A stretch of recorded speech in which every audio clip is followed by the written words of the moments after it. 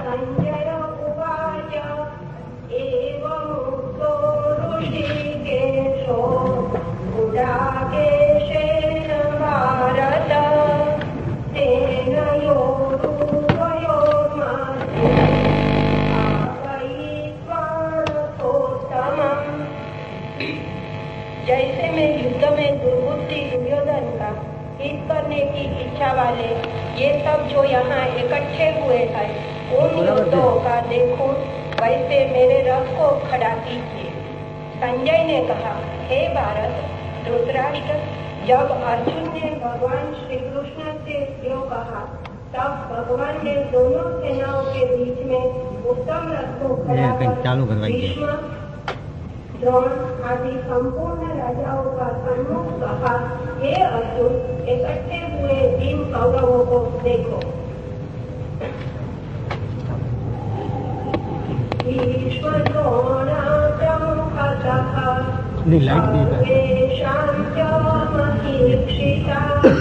उवाच पार्थ पश्यैतान् समवेता कुरुन्निति तत्र पश्यत स्थितानां पार्थ पितॄनथ आचार्यान् मातुलान् भ्रातॄन् पुत्रान् पौत्रान् सखीं तथा श्वशुरान् सुहृदश्चैव सेनयोरुभयोरपि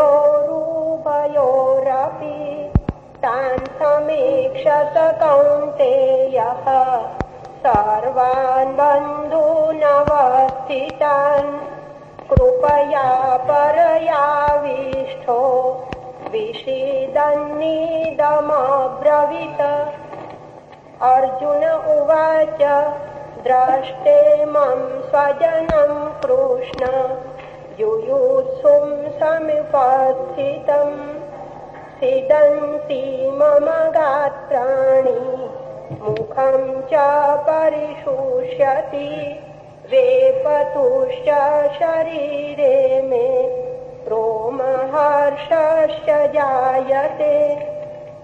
अर्जुन ने दोनों ही सेनाओं में पितृव्य, पितामह, आचार्य, मामा, भाई, पुत्र, पौत्र, समवयस्क, श्वशुर, मित्र सभी आत्मीयों को ही देखा।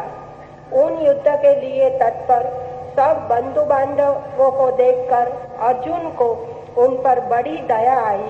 खिन्न होकर उसने भगवान से यह कहा। अर्जुन ने कहा,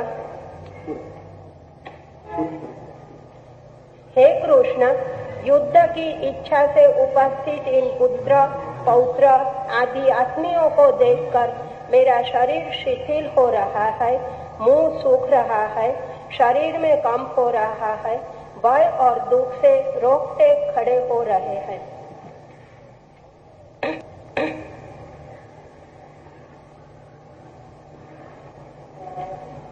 अर्जुन युद्ध से पीड़ित नहीं है,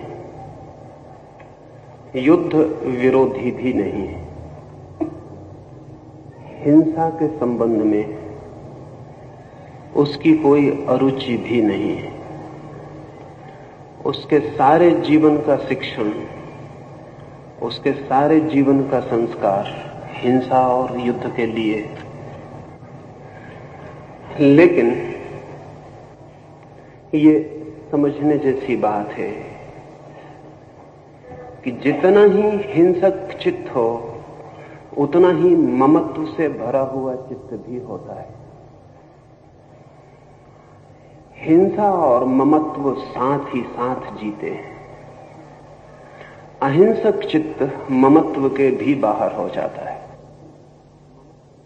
असल में जिसे अहिंसक होना हो उसे मेरे का भाव ही छोड़ देना पड़ता है।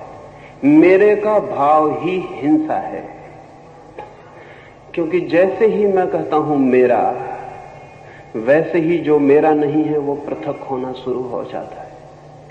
जैसे ही किसी को मैं कहता हूं मित्र, वैसे ही किसी को मैं शत्रु निर्मित करना शुरू कर देता हूं। जैसे ही मैं सीमा खींचता हूं अपनों की, वैसे ही मैं पराओं की सीमा भी खींच देता हूं। समस्त हिंसा अपने और पराये के बीच खींची गई सीमा से पैदा होती है। इसलिए अर्जुन शिथिलगात हो गया, उसके अंग अंग शिथिल हो गए। इसलिए नहीं कि वो युद्ध से विरक्त हुआ, इसलिए नहीं कि उसे होने वाली हिंसा में कुछ बुरा दिखाई पड़ा, इसलिए नहीं कि अहिंसा का कोई आकस्मिक आकर्षण उसके मन में जन्म गया, बल्कि इसलिए कि हिंसा के ही दूसरे पहलू ने उसके भीतर से, हिंसा के ही गहरे पहलू ने, हिंसा के ही बुनियादी आधार ने उसके चित्त को पकड़ लिया। ममत्व ने उसके चित्त को पकड़ लिया। ममत्व हिंसा ही है। इसे न समझेंगे तो फिर पूरी गीता को समझना कठिन हो जाएगा। जो इसे नहीं समझ सके उन्हें ऐसा प्रतीत होता है कि अर्जुन अहिंसा की तरफ झुकता था, कृष्ण ने उसे हिंसा की तरफ झुकाया। जो अहिंसा की तरफ झुकता हो उसे कृष्ण हिंसा की तरफ झुकाना नहीं चाहेंगे। जो अहिंसा की तरफ झुकता हो उसे कृष्ण चाहे भी हिंसा की तरफ झुकाना तो भी न झुका पाएंगे। लेकिन अर्जुन अहिंसा की तरफ रत्ती भर नहीं झुक रहा था। अर्जुन का चित्त हिंसा के गहरे आधार पर जाके अटक गया। वो हिंसा का ही आधार है। उसे दिखाई पड़े अपने ही लोग, परिजन, संबंधी। काश वहां परिजन और संबंधी न होते तो अर्जुन भेड़ बकरियों की तरह लोगों को काट सकता था। अपने थे इसलिए काटने में कठिनाई मालूम पड़ी। पराये होते तो काटने में कोई कठिनाई न मालूम पड़ती। और अहिंसा केवल उसके ही चित्त में पैदा होती है जिसका अपना पराया मिट गया हो। अर्जुन ये जो संकटग्रस्त हुआ उसका चित्त, ये अहिंसा की तरफ आकर्षण से नहीं, हिंसा के ही मूल आधार पर पहुंचने के कारण स्वभावतः इतने संकट के क्षण में, इतने क्राइसिस के मोमेंट में हिंसा की जो बुनियादी आधारशिला थी वो अर्जुन के सामने प्रकट हुई। अगर पराये होते तो अर्जुन को पता भी न चलता कि वो हिंसक है, उसे पता भी न चलता कि उसने कुछ बुरा किया, उसे पता भी न चलता कि युद्ध अधार्मिक है। उसके गात शिथिल न होते, बल्कि परायों को देखकर उसके गात और तन जाते, उसका धनुष पर वाण आ जाता, उसके मन पर तलवार आ जाती, वो बड़ा प्रफुल्लित होता, लेकिन वो एकदम उदास हो गया। इस उदासी में उसे अपने चित्त की हिंसा का मूल आधार दिखाई पड़ा। उसे दिखाई पड़ा इस संकट के क्षण में उसे ममत्व दिखाई पड़ा। ये बड़े आश्चर्य की बात है कि अक्सर हम अपने चित्त की गहराइयों को केवल संकट के क्षणों में ही देख पाते। साधारण क्षणों में हम चित्त की गहराइयों को नहीं देख पाते। साधारण क्षणों में हम साधारण जीते हैं। असाधारण क्षणों में जो हमारे गहरे से गहरे में छिपा है वो प्रकट होना शुरू हो जाता है। अर्जुन को दिखाई पड़ा मेरे लोग। युद्ध की विभत्सता ने, युद्ध की सन्निकटता ने, बस अब युद्ध शुरू होने को है, तब उसे दिखाई पड़ा मेरे लोग। काश अर्जुन ने कहा होता युद्ध व्यर्थ है, हिंसा व्यर्थ है, तो गीता की किताब निर्मित न होती। लेकिन उसने कहा अपने ही लोग इकट्ठे हैं, उनके काटने के विचार से ही मेरे अंग शिथिल हुए जाते हैं। असल में जिसने अपने जीवन के भवन को अपनों के ऊपर बनाया है, उन्हें काटते क्षण में उसके अंग शिथिल हों, ये बिल्कुल स्वाभाविक है। मृत्यु होती है पड़ोस में, छूती नहीं मन को। कहते हैं बेचारा मर गया। घर में होती है तब इतना कह के नहीं निपट पाते, तब छूती है। क्योंकि जब घर में होती है, अपना कोई मरता है तो हम भी मरते हैं, हमारा भी एक हिस्सा मरता है, हमारा भी इन्वेस्टमेंट था उस आदमी में, हम भी उसमें कुछ लगाए थे, उसकी जिंदगी से हमें भी कुछ मिलता था, हमारे मन के भी किसी कोने को उस आदमी ने भरा था। पत्नी मरती है तो पत्नी ही नहीं मरती, पति भी मरता है। सच तो यह है कि पत्नी के साथ ही पति पैदा हुआ था, उसके पहले पति नहीं था। पत्नी मरती है तो पति भी मरता है, बेटा मरता है तो मां भी मरती है, क्योंकि मां बेटे के पहले मां नहीं थी, मां बेटे के जन्म के साथ ही हुई थी। जब बेटा जन्मता है तो एक तरफ बेटा जन्मता है, दूसरी तरफ मां भी जन्मती है, और जब बेटा मरता है तो एक तरफ बेटा मरता है, दूसरी तरफ मां भी मरती। जिसे हमने अपना कहा है उसमें हम जुड़े, हम भी मरते। अर्जुन ने जब देखा कि अपने ही सब इकट्ठे हैं, तो अर्जुन को अगर अपना ही आत्मघात, सुसाइड दिखाई पड़ा हो तो आश्चर्य नहीं है। अर्जुन घबराया नहीं दूसरों की मृत्यु से, अर्जुन घबराया आत्मघात की संभावना से। उसे लगा सब अपने मर जाएं तो मैं बचूंगा कहां। ये थोड़ा सोचने जैसा है। हमारा मैं हमारे अपनों के जोड़ का नाम है। जिसे हम मैं कहते हैं वो मेरों के जोड़ का नाम है। अगर मेरे विदा हो जाएं तो मैं खो जाऊंगा, मैं बच नहीं सकता। ये मेरा मैं कुछ मेरे पिता से, कुछ मेरी मां से, कुछ मेरे बेटे से, कुछ मेरे मित्र से, इन सब से जुड़ा है।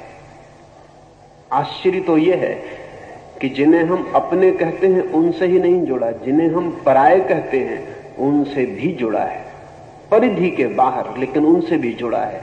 तो जब मेरा शत्रु मरता है तब भी थोड़ा मैं मरता हूं, क्योंकि मैं फिर वही नहीं हो सकूंगा जो मेरे शत्रु के होने पर मैं था। शत्रु भी मेरी जिंदगी को कुछ देता था, मेरा शत्रु था, होगा शत्रु, मेरा शत्रु था, उससे भी मेरे मैं का संबंध था। उसके बिना मैं फिर अधूरा और खाली हो जाऊंगा। अर्जुन को दूसरों का घात होगा ऐसा दिखाई पड़ता तो बात और थी। अर्जुन को बहुत गहरे में दिखाई पड़ा कि ये तो मैं अपनी ही आत्महत्या करने को उत्सुक हुआ हूं, ये तो मैं ही मरूंगा। मेरे मर जाएंगे तो मेरे होने का क्या अर्थ है? जब मेरे ही न होंगे तो मुझे सब मिल जाए तो भी व्यर्थ है। ये भी थोड़ा सोचने जैसा है। हम अपने लिए जो कुछ इकट्ठा करते हैं वो अपने लिए कम, अपनों के लिए ज्यादा होता है। जो मकान हम बनाते हैं वो अपने लिए कम, अपनों के लिए ज्यादा होता है। उन अपनों के लिए भी जो साथ रहेंगे और उन अपनों के लिए भी जो देखेंगे और प्रशंसा करेंगे, और उन पराये अपनों के लिए भी जो जलेंगे और ईर्ष्या से भरेंगे। अगर इस पृथ्वी पर सबसे श्रेष्ठ भवन भी मेरे पास रह जाए और अपने न रह जाए, मित्र भी नहीं, शत्रु भी नहीं, तो अचानक मैं पाऊंगा वो भवन झोपड़ी से भी बदतर हो गया है। क्योंकि वो भवन एक फैकेड, एक दिखावा था। उस भवन के माध्यम से अपनों को, पराओं को मैं प्रभावित कर रहा था। वो भवन तो सिर्फ प्रभावित करने की एक व्यवस्था थी। अब मैं किसे प्रभावित करूं? आप जो कपड़े पहनते हैं वो अपने शरीर को ढकने को कम, दूसरे की आंखों को झपने को ज्यादा है। अकेले में सब बेमानी हो जाता है। आप जो सिंहासनों पर चढ़ते हैं वो सिंहासनों पर बैठने के आनंद के लिए कम, क्योंकि कोई सिंहासन पर बैठकर कभी किसी आनंद को उपलब्ध नहीं हुआ। पर अपनों और पराओं में जो हम सिंहासन पर चढ़ के जो करिश्मा, जो चमत्कार पैदा कर पाते हैं, उसके लिए ज्यादा। सिंहासन पर बैठे आप रह जाएं और नीचे से लोग खो जाएं। अचानक आप पाएंगे सिंहासन पर बैठे होना हास्यास्पद हो गया, उतर आएंगे, फिर शायद दोबारा नहीं चढ़ेंगे। अर्जुन को लगा उस क्षण में कि अपने ही इकट्ठे हैं दोनों तरफ, मरेंगे अपने ही। अगर जीत भी गया तो जीत का प्रयोजन क्या है? जीत के लिए जीत नहीं चाहिए जाती। जीत रस है, अपनों और पराओं के बीच जो अहंकार भरेगा उसका साम्राज्य मिलेगा। क्या होगा अर्थ? कोई अर्थ ना हो। ये जो अर्जुन के मन में विषाद घिर गया, इसे ठीक से समझ लेना चाहिए। ये विषाद ममत्व का है, ये विषाद हिंसक चित्त का है। और इस विषाद के कारण ही कृष्ण को इतने धक्के देने पड़े अर्जुन को। अर्जुन की जगह महावीर जैसा व्यक्ति होता तो बात उसी वक्त खत्म हो गई होती, ये बात आगे नहीं चल सकती थी। अगर महावीर जैसा व्यक्ति होता तो शायद ये बात उठ भी नहीं सकती थी। शायद महावीर जैसा व्यक्ति होता तो कृष्ण एक शब्द भी उस व्यक्ति से न बोले होते, बोलने का कोई अर्थ ना था, बात समाप्ति हो गई होती। ये गीता कृष्ण ने कही कम, अर्जुन ने कहलवाई ज्यादा है। इसका असली आथर लेखक कृष्ण नहीं है, इसका असली लेखक अर्जुन है। ये अर्जुन की ये चित्त दशा आधार बनी और कृष्ण को साफ दिखाई पड़ रहा है कि हिंसक अपनी हिंसा के पूरे दर्शन को उपलब्ध हो गया और अब हिंसा से भागने की जो बातें कर रहा है उनका कारण भी हिंसक चित्त है। अर्जुन की दुविधा अहिंसक की हिंसा से भागने की दुविधा नहीं, अर्जुन की दुविधा हिंसक की हिंसा से ही भागने की दुविधा है। इस सत्य को ठीक से समझ लेना जरूरी है। ये ममत्व हिंसा ही है, लेकिन गहरी हिंसा है, दिखाई नहीं पड़ती। जब मैं किसी को कहता हूं मेरा, तो पजेशन शुरू हो गया, मालकियत शुरू हो गई। मालकियत हिंसा का एक रूप। पति पत्नी से कहता है मेरी, मालकियत शुरू हो गई। पत्नी पति से कहती है मेरे, मालकियत शुरू हो गई। और जब भी हम किसी व्यक्ति के मालिक हो जाते हैं तभी हम उस व्यक्ति की आत्मा का हनन कर देते हैं। हमने मार डाला उसे, हमने तोड़ डाला उसे। असल में हम उस व्यक्ति के साथ व्यक्ति की तरह नहीं, वस्तु की तरह व्यवहार कर रहे हैं। अब कुर्सी मेरी जिस अर्थ में होती है उसी अर्थ में पत्नी मेरी हो जाती है। मकान मेरा जिस अर्थ में होता है उसी अर्थ में पति मेरा हो जाता है स्वभावतः। इसलिए जहां जहां मेरे का संबंध है वहां वहां प्रेम फलित नहीं होता, सिर्फ कलह ही फलित होती है। इसलिए दुनिया में जब तक पति पत्नी मेरे का दावा करेंगे, बाप बेटे मेरे का दावा करेंगे, तब तक दुनिया में बाप बेटे पति पत्नी के बीच कलह ही चल सकती है, मैत्री नहीं हो सकती। मेरे का दावा मैत्री का विनाश है। मेरे का दावा चीजों को उल्टा ही कर देता है, सब हिंसा हो जाती। मैंने सुना एक आदमी ने शादी की है लेकिन पत्नी बहुत पढ़ी लिखी नहीं। मन में बड़ी इच्छा है कि पत्नी कभी पत्र लिखे। घर से बाहर पति गया है तो उसे समझा कर गया है, थोड़ा लिख लेती है। समझा के गया है क्या क्या लिखना। सभी पति पत्नी एक दूसरे को समझा रहे हैं क्या क्या लिखना। तो उसने लिखा है ऊपर लिखना, प्राणों से प्यारे। कभी ऐसा होता नहीं।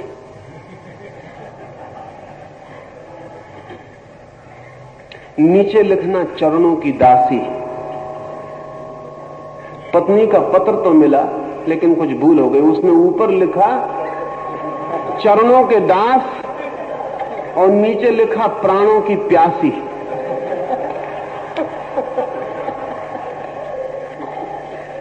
जो नहीं लिखते हैं उनकी स्थिति भी ऐसी ही है, जो बिल्कुल ठीक ठीक लिखते हैं उनकी स्थिति भी ऐसी ही है। जहां आग्रह है मालकियत का, वहां हम सिर्फ घृणा ही पैदा करते हैं, और जहां घृणा है वहां हिंसा आएगी। इसलिए हमारे सब संबंध हिंसा के संबंध हो गए।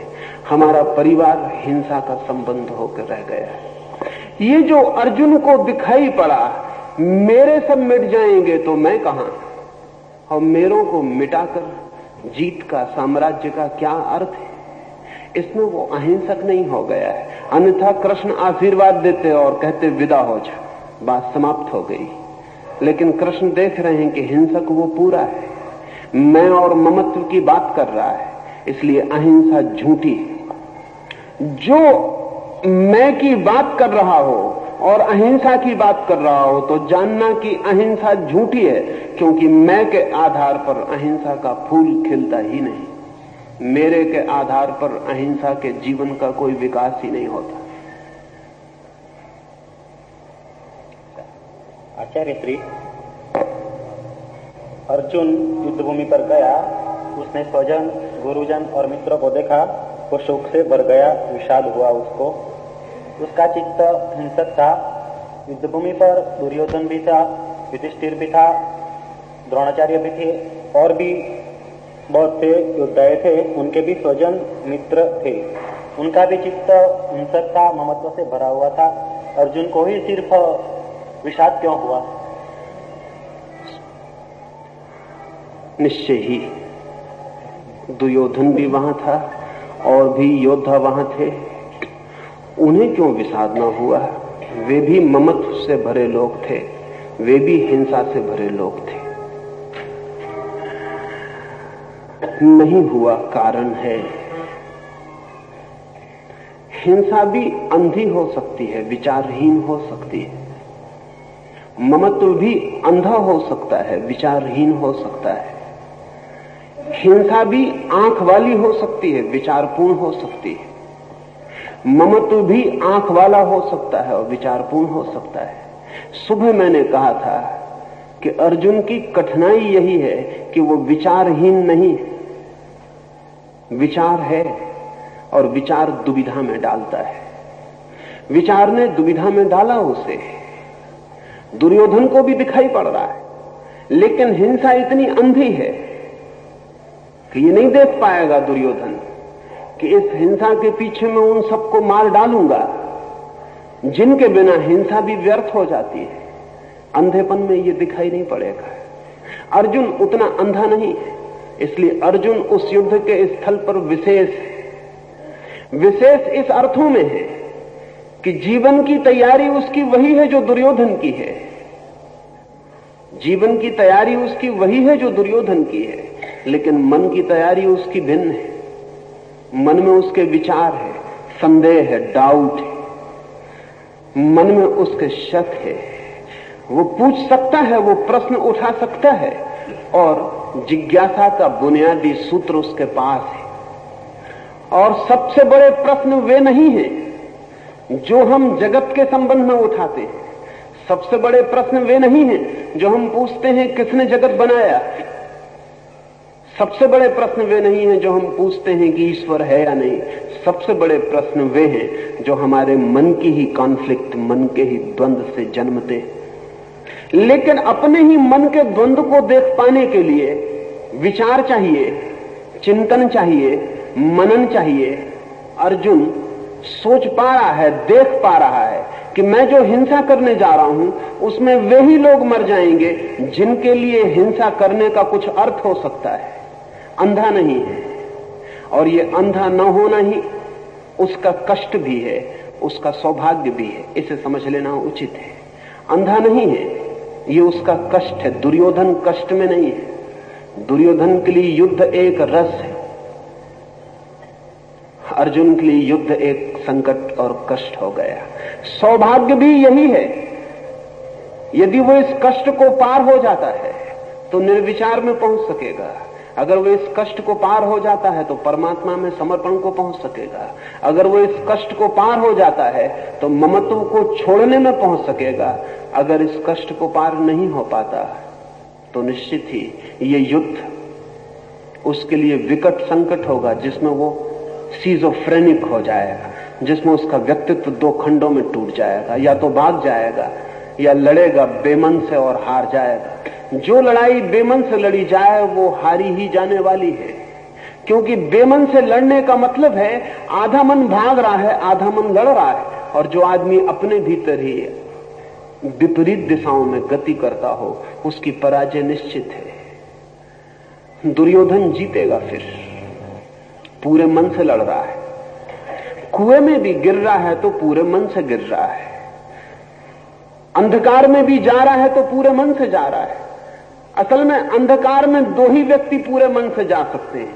एक तो वो जो अंधा है, क्योंकि उसे अंधकार और प्रकाश से कोई अंतर नहीं पड़ता है। एक वो जिसके पास आत्मिक प्रकाश है, क्योंकि तब अंधकार को उसका होना ही अंधकार को मिटा देता है। अर्जुन या तो दुर्योधन जैसा हो जाए, नीचे गिर जाए, विचार से विचारहीनता में गिर जाए तो युद्ध में चला जाएगा, और या कृष्ण जैसा हो जाए, विचार से निर्विचार में पहुंच जाए, इतना ज्योतिर्मय हो जाए, इतना ज्योति से भर जाए भीतरी कि देख पाए कि कौन मरता है, कौन मारा जाता है, देख पाए कि ये जो सब हो रहा है स्वप्न से ज्यादा नहीं है। या तो इतने बड़े सत्य को देख पाए तो युद्ध में जा सकता है, या इतने बड़े असत्य को देख पाए कि हम उनको ही मारकर आनंद को उपलब्ध हो जाएंगे जिनके लिए मारने की चेष्टा कर रहे हैं। या तो दुर्योधन के असत्य में उतर जाए तो अर्जुन निश्चिंत हो जाएगा, या कृष्ण के सत्य में पहुंच जाए तो अर्जुन निश्चिंत हो जाएगा। अर्जुन एक तनाव है।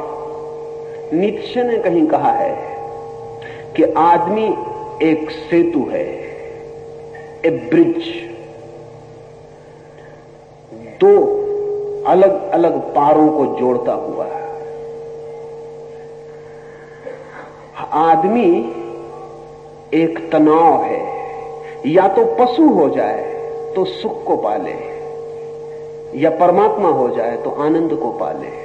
लेकिन जब तक आदमी है तब तक सुख भी नहीं पा सकता, तब तक आनंद भी नहीं पा सकता, तब तक सुख और आनंद के बीच सिर्फ खिंच सकता है, एंजाइटी और तनाव भर हो सकता है। इसलिए हम दोनों काम करते हैं जीवन में। शराब पी के पशु हो जाते हैं, थोड़ा सुख मिलता है, सेक्स में थोड़ा सुख मिलता है, पशु में वापस उतर जाते हैं, नीचे गिर जाते हैं विचार से तो थोड़ा सुख मिलता है। दुनिया में शराब का इतना आकर्षण किसी और कारण से नहीं है। शराब हमें वापस पशु में पहुंचा देने की सुविधा बन जाती है। नशा करके हम वही हो जाते हैं जहां सभी पशु, फिर हम पशु जैसे निश्चिंत, क्योंकि पशु कोई चिंता नहीं करता, कोई पशु पागल नहीं होता, सिर्फ सर्कस के पशु पागल होते हैं, क्योंकि सर्कस का पशु करीब करीब आदमी की हालत में आ जाता है, आदमी करीब करीब सर्कस के पशु की हालत में है। कोई पशु पागल नहीं होता, और किसी पशु के लिए विक्षिप्तता, चिंता, अनिद्रा, इंसोमेनिया ऐसी बीमारियां नहीं आती। कोई पशु आत्मघात नहीं करता, सुसाइड नहीं करता, क्योंकि आत्मघात के लिए बहुत चिंता इकट्ठी हो जानी जरूरी है। बड़े मजे की बात है, कोई पशु बोर्डम अनुभव नहीं करता, वो कभी ऊबता नहीं। एक भैंस है, वो रोज घास वही चरती रहेगी, वो कभी नहीं ऊबती। ऊबने का कोई सवाल नहीं है। ऊबने के लिए विचार चाहिए, बोर्डम के लिए, ऊब के लिए विचार चाहिए। इसलिए मनुष्यों में जो जितना ज्यादा विचारशील है उतना ऊबेगा, मनुष्यों में जो जितना ज्यादा विचारशील है उतना चिंता से भर जाएगा, मनुष्यों में जो जितना ज्यादा विचारशील है वो पागल हो सकता है, मनुष्यों में जो जितना ज्यादा विचारशील है वो विक्षिप्त हो सकता है। लेकिन ये एक ही पहलू है। दूसरा पहलू ये है कि जो विक्षिप्त होने की स्थिति को पार कर जाए वो विमुक्त भी हो सकता है, और जो चिंता को पार कर जाए वो निश्चिंतता के सजग आनंद को उपलब्ध हो सकता है, और जो तनाव को पार कर जाए वो विश्रांति के उस अनुभव को पा सकता है जो सिर्फ परमात्मा में विश्राम से उपलब्ध होती है। अर्जुन मनुष्य का प्रतीक है, दुर्योधन पशु का प्रतीक है, कृष्ण परमात्मा के प्रतीक है। वहां 3 प्रतीक हैं उस युद्ध स्थल पर। अर्जुन डमाडोल है, वो दुर्योधन और कृष्ण के बीच डमाडोल है। उसे निश्चिंतता मिल सकती है, he can be at ease अगर वो दुर्योधन हो जाए, अगर वो कृष्ण हो जाए। अर्जुन रहते कोई सुविधा नहीं है, अर्जुन रहते तनाव है, अर्जुन रहते मुश्किल है।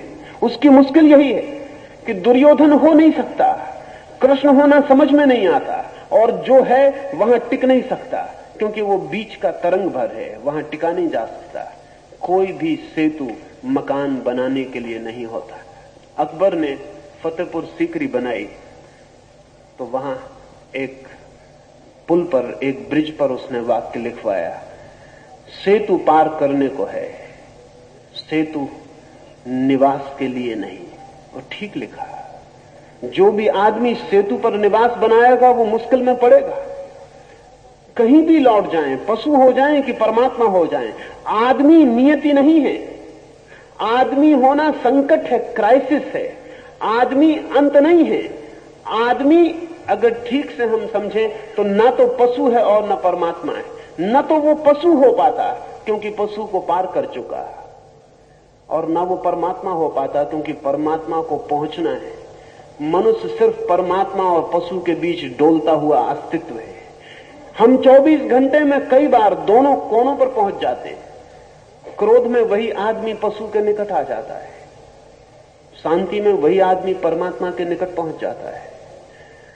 हम दिन में 24 घंटे में बहुत बार नरक और स्वर्ग की यात्रा कर लेते हैं। बहुत बार क्षण में स्वर्ग में होते हैं, क्षण में नरक में उतर जाते हैं। नरक में पछताते हैं, फिर स्वर्ग की चेष्टा शुरू हो जाती है। स्वर्ग में पैर जमा नहीं पाते, फिर नरक में पहुंचना शुरू हो जाता है। और तनाव का एक नियम है कि तनाव सदा विपरीत में आकर्षण पैदा कर देता है। जैसे घड़ी का पेंडुलम होता है, वो बाईं तरफ जाता है। जब बाईं तरफ जाता है तब हमें लगता है कि बाईं तरफ जा रहा है, लेकिन जो घड़ी के विज्ञान को समझते हैं वो ये भी जानते हैं कि वो बाईं तरफ जाते समय दाईं तरफ जाने की शक्ति इकट्ठी कर रहा है, मोमेंटम इकट्ठा कर रहा है। वो जितनी दूर बाएं तरफ जाएगा उतने ही दूर दाएं तरफ जाने की ताकत इकट्ठी कर रहा है। असल में वो बाएं तरफ इसलिए जा रहा है कि दाएं तरफ जा सके, और दाएं तरफ जाते वक्त इसलिए जा रहा है कि बाएं तरफ जा सके। आदमी पूरे समय पशु और परमात्मा के बीच पेंडुलम की तरह घूम रहा है। अर्जुन आदमी का प्रतीक है, और आज के आदमी का तो और भी ज्यादा है। आज की आदमी की चेतना ठीक है।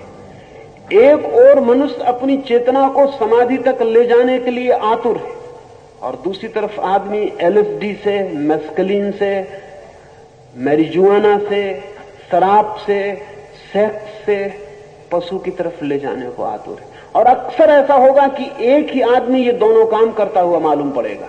वही आदमी भारत की यात्रा पर आएगा, वही आदमी अमेरिका में एलएसडी लेता रहेगा। वो दोनों एक साथ कर रहा है। मनुष्य बेहोश हो जाए तो पशु हो सकता, लेकिन बेहोश ज्यादा देर नहीं रहा जा सकता।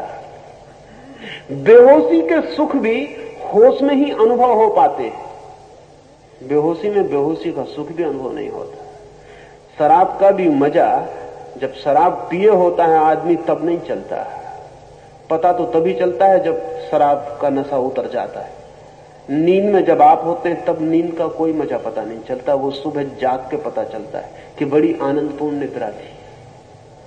बेहोशी के सुख के लिए होश में आना जरूरी है, और होश में कोई सुख नहीं मालूम पड़ता, इसलिए फिर बेहोशी में उतरना पड़ता है। अर्जुन मनुष्य की चेतना है, इसलिए अद्भुत है। गीता इसलिए अद्भुत है कि वो मनुष्य की बहुत आंतरिक मनस्थिति का आधार है। मनुष्य की आंतरिक मनस्थिति, अर्जुन के साथ कृष्ण का जो संघर्ष है पूरे समय, वो जो अर्जुन के साथ कृष्ण का संवाद है या विवाद है, वो जो अर्जुन को खींच खींच कर परमात्मा की तरफ लाने की चेष्टा है और अर्जुन वापस शिथिलगात होकर बैठ जाता है, वो फिर पशु में गिरना चाहता है। ये जो संघर्ष है वो अर्जुन के लिए है, दुर्योधन के लिए नहीं। दुर्योधन निश्चिंत है। अर्जुन भी वैसा हो तो निश्चिंत हो सकता है, वैसा नहीं है। हम में भी जो दुर्योधन की तरह हैं वे निश्चिंत हैं, वे मकान बना रहे हैं, वे दिल्ली में राजधानियों के सिंहासन चढ़ रहे हैं, वे धन कमा रहे हैं। हम में भी जो अर्जुन की तरह हैं वे बेचैन और परेशान हैं। वे बेचैन हैं इसलिए कि जहां हैं वो जगह घर बनाने योग्य नहीं मालूम पड़ती। जहां से आ गए हैं वहां से आगे बढ़ गए हैं, पीछे लौटना संभव नहीं है। जहां पहुंचे नहीं है उसका कोई पता नहीं कि वो कहां है मार्ग, वो मंदिर कहां है उसका कोई पता नहीं।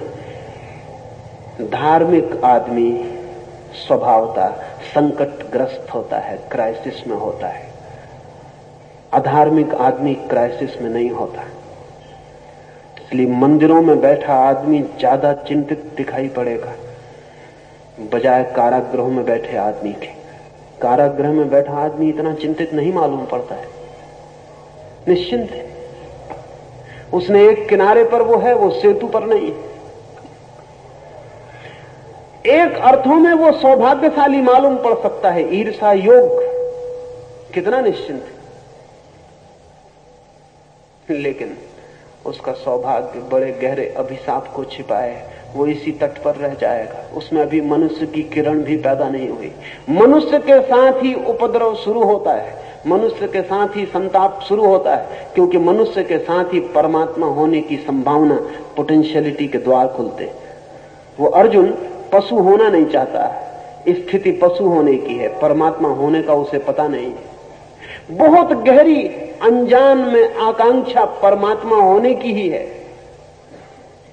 इसलिए वो पूछ रहा है, इसलिए प्रश्न उठा रहा है, इसलिए जिज्ञासा जगा रहा है। जिसके जीवन में भी प्रश्न है, जिसके जीवन में भी जिज्ञासा है, जिसके जीवन में भी असंतोष है, उसके जीवन में धर्म आ सकता है। जिसके जीवन में नहीं चिंता, नहीं प्रश्न, नहीं संदेह, नहीं जिज्ञासा, नहीं असंतोष, उसके जीवन में धर्म के आने की कोई सुविधा नहीं है। जो बीज टूटेगा अंकुरित होने को, चिंता में पड़ेगा। बीज बहुत मजबूत चीज है, अंकुर बहुत कमजोर होता है। बीज बड़ा निश्चिंत होता है, अंकुर बड़ी चिंता में पड़ जाता है। अंकुर निकलता है जमीन से पत्थरों को तोड़कर। अंकुर जैसी कमजोर चीज पत्थरों को तोड़कर, मिट्टी को काटकर बाहर निकलती अज्ञात अनजाने जगत में, जिसका कोई परिचय नहीं, कोई पहचान नहीं। कोई बच्चा तोड़ डालेगा, कोई पशु चर जाएगा, किसी के पैर के नीचे दबेगा। क्या होगा क्या नहीं होगा? बीज अपने में रहे तो बहुत निश्चिंत है, न किसी बच्चे के पैर के नीचे दबेगा, न कोई अज्ञात के खतरे हैं, अपने में बंद। दुर्योधन बीज में बंद जैसे व्यक्ति है, निश्चिंत है। अर्जुन अंकुरित है, अंकुर चिंतित है, अंकुर बेचैन है। क्या होगा? फूल आएंगे कि नहीं? बीज होना छोड़ दिया, अब फूल आएंगे कि नहीं? फूल के लिए बढ़ने के लिए आतुर है। वही आतुरता उसे कृष्ण से निरंतर प्रश्न पूछवाए चली जाती है। इसलिए अर्जुन के मन में चिंता है, प्रश्न है, दुर्योधन के मन में नहीं।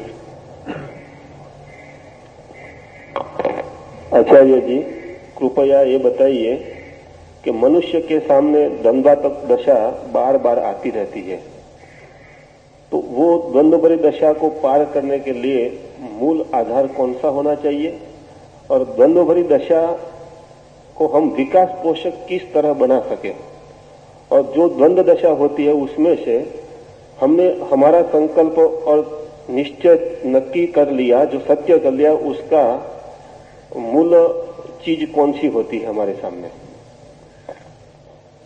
अर्जुन के लिए भी यही सवाल है। इस सवाल को आमतौर से आदमी जैसा हल करता है वैसा ही अर्जुन भी करना चाहता है। द्वंद्व मनुष्य का स्वभाव है, मनुष्य का, आत्मा का नहीं, शरीर का नहीं, मनुष्य का। द्वंद्व स्वभाव है। द्वंद्व को अगर जल्दबाजी से हल करने की कोशिश की तो पशु की तरफ वापस लौट जाना रास्ता है। शीघ्रता की तो पीछे लौट जाएं, वो परिचित रास्ता है, वहां वापस जाया जा सकता है। द्वंद्व से गुजरना ही तपश्चर्या है। धैर्य से द्वंद्व को झेलना ही तपश्चर्या है। और द्वंद्व को झेलकर ही व्यक्ति द्वंद्व के पार होता है। इसलिए कोई जल्दी से निश्चय कर ले सिर्फ द्वंद्व को मिटाने के लिए, तो उसके निश्चय काम के नहीं है, वो नीचे गिर जाएगा, वो वापस गिर रहा है। पशु बहुत निश्चयात्मक है, पशुओं में डाउट नहीं है, बड़े निश्चय में जी रहे हैं, बड़े विश्वासी हैं, बड़े आस्तिक मालूम होते हैं। पर उनकी आस्तिकता नहीं है, क्योंकि जिसने नास्तिकता नहीं जानी उसकी आस्तिकता का अर्थ कितना है। और जिसने नहीं कहने का कष्ट नहीं जाना वो हां कहने के आनंद को उपलब्ध नहीं हो सकता है। और जिसने संदेह नहीं किया उसकी श्रद्धा दो कौड़ी की है। लेकिन जिसने संदेह किया और जो संदेह को जिया और संदेह के पार हुआ, उसकी श्रद्धा का कुछ बल है, उसकी श्रद्धा की कोई प्रामाणिकता है। तो एक तो रास्ता यह है कि जल्दी कोई निश्चय कर ले, और निश्चय करने के बहुत रास्ते आदमी पकड़ लेता है। किसी शास्त्र को पकड़ ले तो निश्चय हो जाएगा। शास्त्र निश्चय की भाषा में बोल देगा कि ऐसा ऐसा करो और विश्वास करो। जिसने शास्त्र पकड़ के निश्चय किया उस आदमी ने अपने मनुष्य होने से इंकार कर दिया। उसे एक अवसर मिला था विकास का, उसने खो दिया। गुरु को पकड़ लो, जिसने गुरु को पकड़ लिया उसने अवसर खो दिया। एक संकट था जिसमें बेसहारा गुजरने के लिए परमात्मा ने उसे छोड़ा था, उसने उस संकट से बचाव कर लिया। वो संकट से बिना गुजरे रह गया। और आग में गुजरता तो सोना निखरता, वो आग में गुजरा ही नहीं, वो गुरु की आड़ में हो गया तो सोना निखरेगा भी नहीं। निश्चय करने को आपसे नहीं कहता, आप निश्चय करोगे कैसे? जो आदमी द्वंद्व में है उसका निश्चय भी द्वंद्व से भरा होगा। जब द्वंद्व में है तो निश्चय करेंगे कैसे? द्वंद्व से भरा आदमी निश्चय नहीं कर सकता, करना भी नहीं चाहिए। द्वंद्व को जिए, द्वंद्व में तपे, द्वंद्व में मरे और खपे, द्वंद्व को भोगे।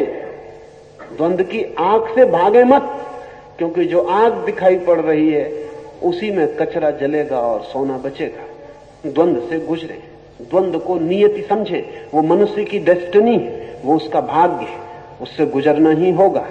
उसे जिए, जल्दी ना करें, निश्चय जल्दी ना करें। हाँ, द्वंद्व से गुजरे तो निश्चय आएगा, द्वंद्व से गुजरे तो श्रद्धा आएगी, लानी नहीं पड़ेगी। लाई गई श्रद्धा का कोई भी मूल्य नहीं, क्योंकि जो श्रद्धा लानी पड़ी है उसका मतलब ही है कि अभी आने के योग मन न बना था, जल्दी ले आए। जो श्रद्धा बनानी पड़ी है उसका अर्थ ही है कि पीछे द्वंद्वग्रस्त मन है, वो भीतर जिंदा रहेगा, ऊपर से परत श्रद्धा की हो जाएगी, वो ऊपर ऊपर काम देगी, समय पर काम नहीं देगी।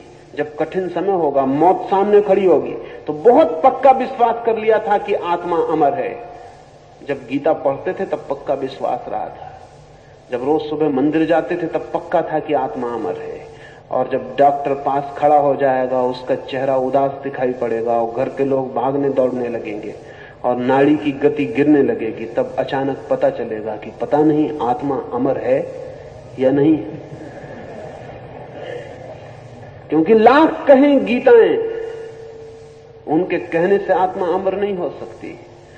आत्मा अमर है इसलिए वे कहती हैं, ये दूसरी बात है, लेकिन उनके कहने से आत्मा अमर नहीं हो सकती। और आप किसी को मान लें, इससे कुछ होने वाला नहीं। हाँ, द्वंद्व से गुजरे, पीड़ा को झेलें, वो अवसर है।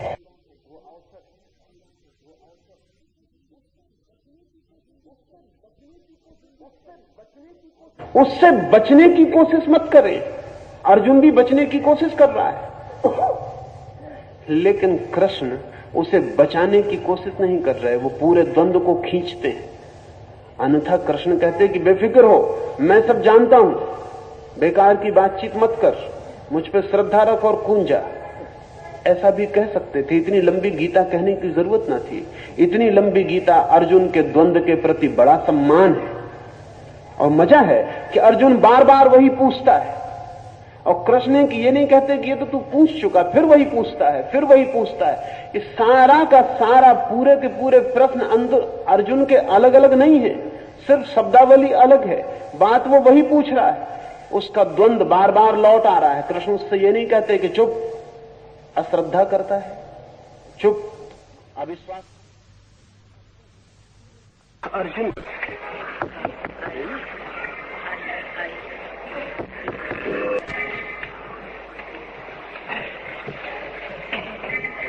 होता है वही बार बार दौरा उसका द्वंद ही बार बार नए नए रूप लेकर खड़ा होता है। कृष्ण उसे विश्वास दिलाने को उत्सुक नहीं, कृष्ण उसे तक पहुंचाने को जरूर उत्सुक है। और विश्वास और श्रद्धा में बड़ा फर्क है। विश्वास वो है जो हम संदेह को हल किए बिना ऊपर से आरोपित कर लेते हैं। श्रद्धा वो है जो संदेह के गिर जाने से फलित होती है। श्रद्धा संदेह की ही यात्रा से मिली मंजिल है। विश्वास संदेह के भय से पकड़ लिए गए अंधे आधार है। तो मैं कहूंगा, जिए द्वंद को, तीव्रता से जिए, इंटेंसिटी से जिए। धीरे धीरे जिएंगे तो बहुत समय लगेगा। कुनकुनी आंच में डाल देंगे सोने को तो निखरने में जन्म लग सकते हैं। तीव्रता से जिए। द्वंद मनुष्य का अनिवार्य परीक्षण है, जिससे वो परमात्मा तक पहुंचने की योग्यता का निर्णय दे पाता है। जिए, भागे मत, एस्केप ना करें, कंसोलेशंस मत खोजें, सांत्वनाएं मत बनाएं। जाने कि यही है नियति, द्वंद है। लड़ें, तीव्रता से उतरें इस द्वंद में। क्या होगा इसका परिणाम? इसके दो परिणाम होंगे। जैसे ही कोई व्यक्ति अपने चित्त के द्वंद में पूरी तरह उतरने को राजी हो जाता है, वैसे ही उस व्यक्ति के भीतर एक तीसरा बिंदु भी पैदा हो जाता है। दो के अलावा तीसरी ताकत भी पैदा हो जाती है। जैसे ही कोई व्यक्ति अपने द्वंद को जीने के लिए राजी होता है, वैसे ही उसके भीतर दो नहीं तीन शुरू हो जाते हैं। द थर्ड फोर्स, वो जो निर्णय करती है कि जिएंगे द्वंद को, वो द्वंद के बाहर है, वो द्वंद के भीतर नहीं। मैंने सुना है, सेंट तेरेसा एक ईसाई फकीर औरत हुई। उसके पास 3 पैसे थे और एक दिन सुबह उसने गांव में कहा कि मैं एक बड़ा चर्च बनाना चाहती हूं, मेरे पास काफी पैसे आ गए। लोग हैरान हुए, क्योंकि कल भी उसको लोगों ने भीख मांगते देखा था। लोगों ने पूछा कि इतने अचानक पैसे कहां से आ गए जिससे बड़ा चर्च बनाने का ख्याल है? उसने अपना भिक्षा पात्र दिखाया, उसमें 3 पैसे थे। लोगों ने कहा, पागल तो नहीं हो गई तेरेसा? वैसे हम पहले ही सोचते थे कि तेरा दिमाग कुछ गड़बड़ है। असल में भगवान की तरफ जो लोग जाते हैं, उनका दिमाग उनके लिए थोड़ा गड़बड़ दिखाई पड़ता ही है, जो नहीं जाते हैं। हम पहले ही सोचते थे कि तेरा दिमाग कुछ ना कुछ ढीला है। 3 पैसे से चर्च बनाएगी? तेरेसा ने कहा, मैं हूं, 3 पैसे हैं और परमात्मा भी है। तेरेसा, धन 3 पैसे, धन परमात्मा। उन सब ने कहा, वो परमात्मा कहां है? तो तेरेसा ने कहा कि वो थर्ड फोर्स है, वो तीसरी शक्ति है। वो तुम्हें दिखाई नहीं पड़ेगी, क्योंकि अभी तुम अपने भीतर तीसरी शक्ति को नहीं खोज सके। जो व्यक्ति अपने भीतर तीसरी शक्ति को खोज लेता है, वो इस सारे जगत में भी तीसरी शक्ति को तत्काल देखने में समर्थ हो जाता है। आप द्वंद को ही देख रहे हैं, लेकिन ये ख्याल नहीं है कि जो द्वंद को देख रहा है और समझ रहा है, वो द्वंद में नहीं हो सकता, वो द्वंद के बाहर ही होगा। अगर 2 लड़ रहे हैं आपके भीतर, तो निश्चित ही आप उन दोनों के बाहर हैं, अन्यथा देखेंगे कैसे? अगर उन दोनों में से एक में जुड़े होते तब तो एक से आपका तादात्म्य हो गया होता और दूसरे से आप अलग हो गए होते। लेकिन आप कहते हैं द्वंद्व हो रहा है, मेरा बायां और दायां हाथ लड़ रहा है। मेरे बाएं और दाएं हाथ लड़ पाते हैं क्योंकि इन बाएं और दाएं हाथ के पीछे मैं एक तीसरी ताकत हूं। अगर मैं बायां हाथ हूं तो दाएं हाथ से मेरा क्या आंतरिक द्वंद्व है, वो पराया हो गया। अगर मैं दायां हाथ नहीं बायां हाथ हूं तो दायां हाथ पराया हो गया। आंतरिक द्वंद्व कहां है? आंतरिक द्वंद्व इसीलिए है कि एक तीसरा भी है जो देख रहा है, जो कह रहा है कि मन में बड़ा द्वंद्व है। मन कभी ये कहता है, मन कभी वो कहता है, लेकिन जो मन के द्वंद्व के संबंध में कह रहा है ये कौन है? द्वंद्व में उतरे और इस तीसरे को पहचानते जाएं। जैसे जैसे द्वंद्व में उतरेंगे ये तीसरा साक्षी, ये विटनेस दिखाई पड़ना शुरू हो जाएगा। और जिस दिन ये तीसरा दिखाई पड़ा उसी दिन द्वंद्व से विदा होना शुरू हो जाएंगे। तीसरा नहीं दिखाई पड़ता इसलिए द्वंद्व है, तीसरा दिखाई पड़ता है तो जोड़ शुरू हो जाता है। पर द्वंद्व से भागे मत, द्वंद्व की प्रक्रिया अनिवार्य है, उससे ही गुजर कर वो जो द्वंद्व के पार है, ट्रांसेंडेंटल है, उसे पाया जाता है। पूरी गीता उस तीसरे बिंदु पर ही खींचने की कोशिश है अर्जुन को। पूरे समय अर्जुन को खींचने की चेष्टा कृष्ण की यही है कि वो तीसरे को पहचान ले, वो तीसरे को पहचान ले। तीसरे की पहचान के लिए सारा श्रम है। वो तीसरा सबके भीतर है और सबके बाहर भी है, लेकिन जब तक भीतर ना दिखाई पड़े तब तक बाहर दिखाई नहीं पड़ सकता है। भीतर दिखाई पड़े तो बाहर वही वही दिखाई पड़ने लगता है। आचार्य श्री,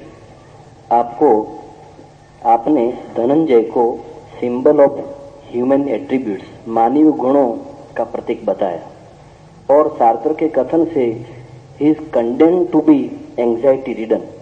तो स्वजन हत्या के ख्याल से धनंजय का कंप जाना क्या मानवीय नहीं था? युद्ध निवृत्ति का उसका विचार मोहवशात भी प्रकृति संगत नहीं था? शेक्सपियर के हेमलेट की तरह अर्जुन का विषाद की टू किल और नॉट टू किल, मारना या न मारना प्रकार का था। तिलक ने गीता रहस्य में अर्जुन की विषाद दशा का साम्य हेमलेट की मनस्थिति में ढूंढ निकाला, ये उचित है? शास्त्र जो कहता है वो अर्जुन के लिए बिल्कुल ठीक ही कहता है। अर्जुन की भी संकट अवस्था एग्जिस्टेंशियल ही थी। शास्त्र कामो या उनामुनो या जेस्पर या हाइडेगर, पश्चिम में जो भी अस्तित्ववादी विचार रखे वे ठीक अर्जुन की मनस्थिति में। इसलिए सावधान रहना, पश्चिम में कृष्ण पैदा हो सकता है, क्योंकि जहां अर्जुन की मनस्थिति हो वहां कृष्ण के पैदा होने की संभावना हो जाती। पूरा पश्चिम एग्जिस्टेंशियल क्राइसिस में, पूरे पश्चिम के सामने मनुष्य की चिंतातुरता एकमात्र सत्य होकर खड़ी हो गई है। क्या करें और क्या न करें, इधर आर, यह या वह,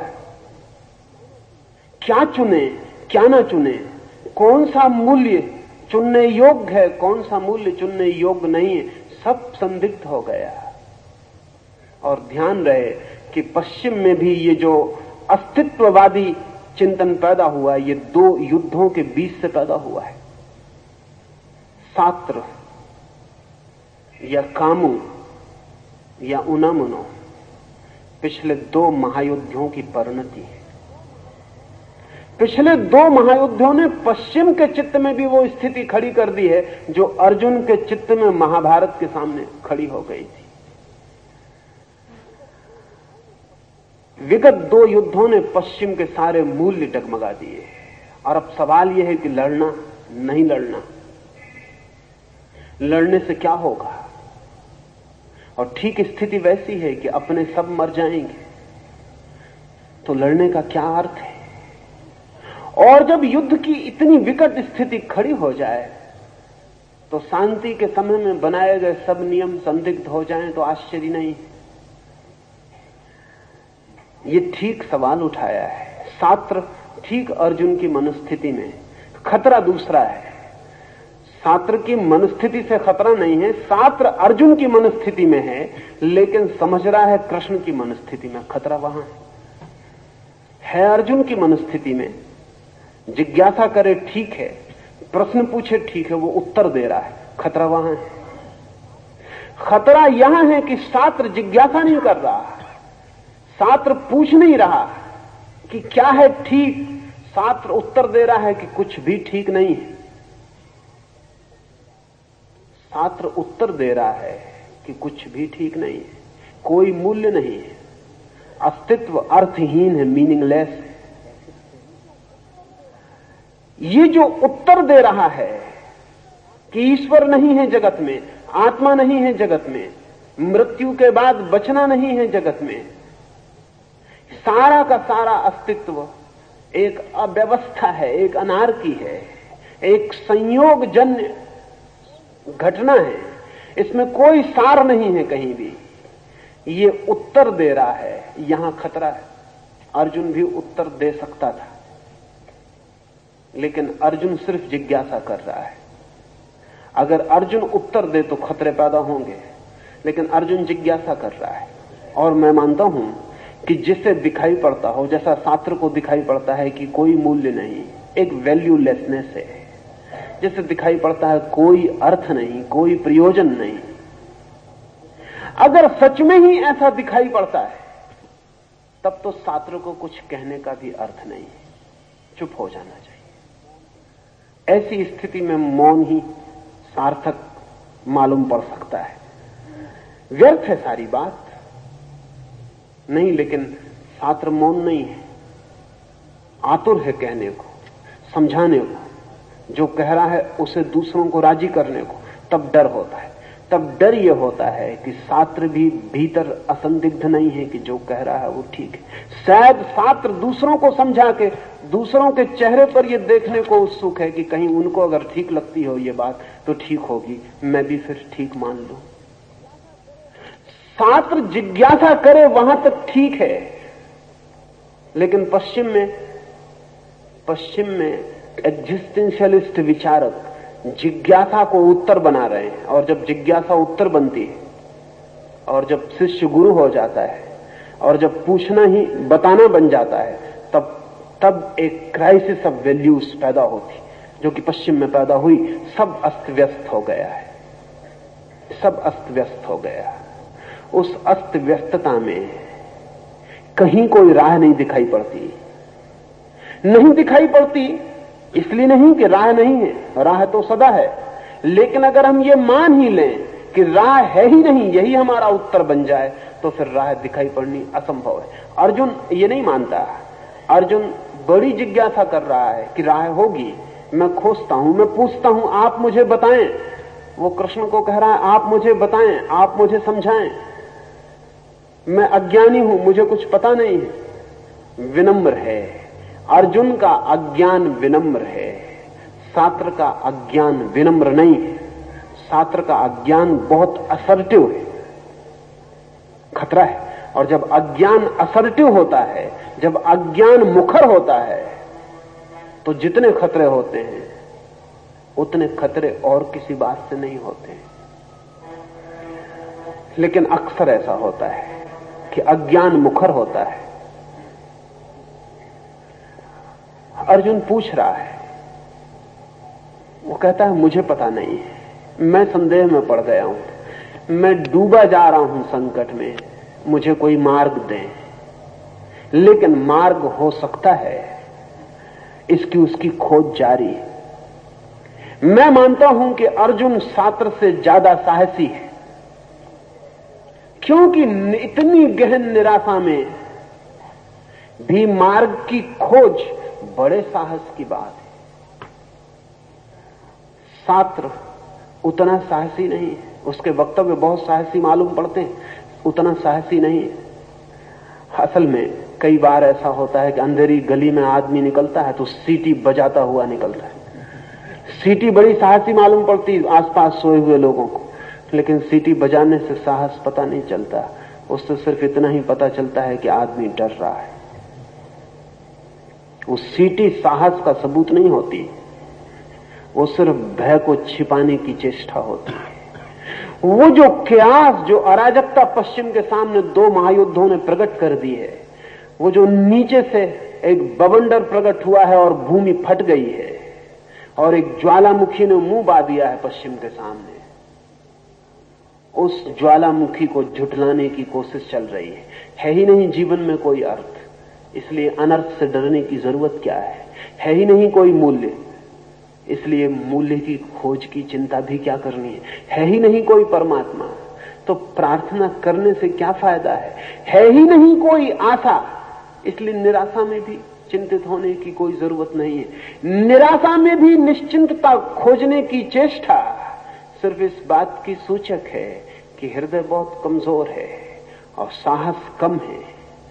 असल में आशा जब तीव्र निराशा में पड़ती है तभी पता चलता है कि है या नहीं, और जब गहन अंधकार में ज्योति को खोजने की चेष्टा चलती है तभी पता चलता है कि प्रकाश की कोई आकांक्षा, गहरा साहस, गहरी लगन और गहरे संकल्प से जुड़ी है या नहीं जुड़ी है।